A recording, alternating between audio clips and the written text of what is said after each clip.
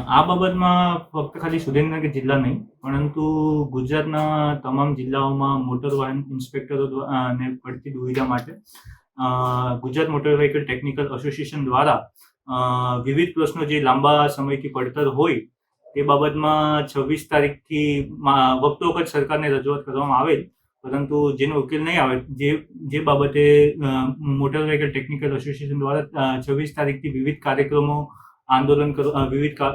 દ્વારા આંદોલન કરી આ બાબતના સરકારને પ્રશ્નનો ઉકેલ લાવવા માટે રજૂઆત કરવામાં આવે છે.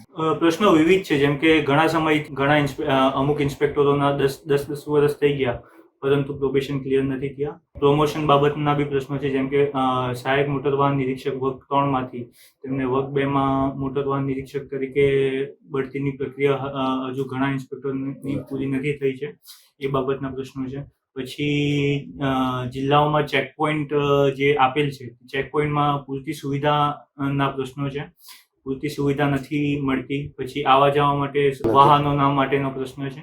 એવા ઘણા કુલ 19 જેટલા પ્રશ્નો છે જે બાબતમાં રજૂઆત કરવામાં આવેલ છે અને જે બાબતમાં કાર્યક્રમો 4 તારીખે અમારા જે રજૂઆત જે છે એ માસ સીએલ પર જે કાર્યક્રમ કરવામાં આવનાર છે, જેનું 4 તારીખે ગાંધીનગર ખાતે પણ આપણે આંદોલનનો કાર્યક્રમ છે, જે બાબતમાં 4 તારીખે ગાંધીનગર ખાતે રજૂઆત કરવામાં આવનાર છે. હમણાં સુધી જે રેગ્યુલર કામ છે તે અમારા દ્વારા કરવામાં આવે છે, ફક્ત કાળી પટ્ટી બાંધીને અને વિવિધ પણ પબ્લિકને મુશ્કેલી ના પડે તે પ્રકારના કાર્યક્રમો કરવામાં આવે. પરંતુ જો આ પ્રશ્નોના ઉકેલ નહીં આવે તો અધિકારીઓ દ્વારા રજૂઆત કરવામાં આવેલ છે કે 4 તારીખે માસ સીએલ અને 11 તારીખથી જ્યાં સુધી પ્રશ્નનો નિકાલ ના આવે ત્યાં સુધી સઘન સીએલનું આ બાબતનો અત્યારે રજૂઆત કરેલ. આ બાબતમાં જો તાત્કાલિક નિરાકરણ નહીં આવે તો આગળની કાર્યક્રમોની અમારે માન્ય કલેક્ટર સાહેબશ્રીને જાણ કરવામાં આવશે.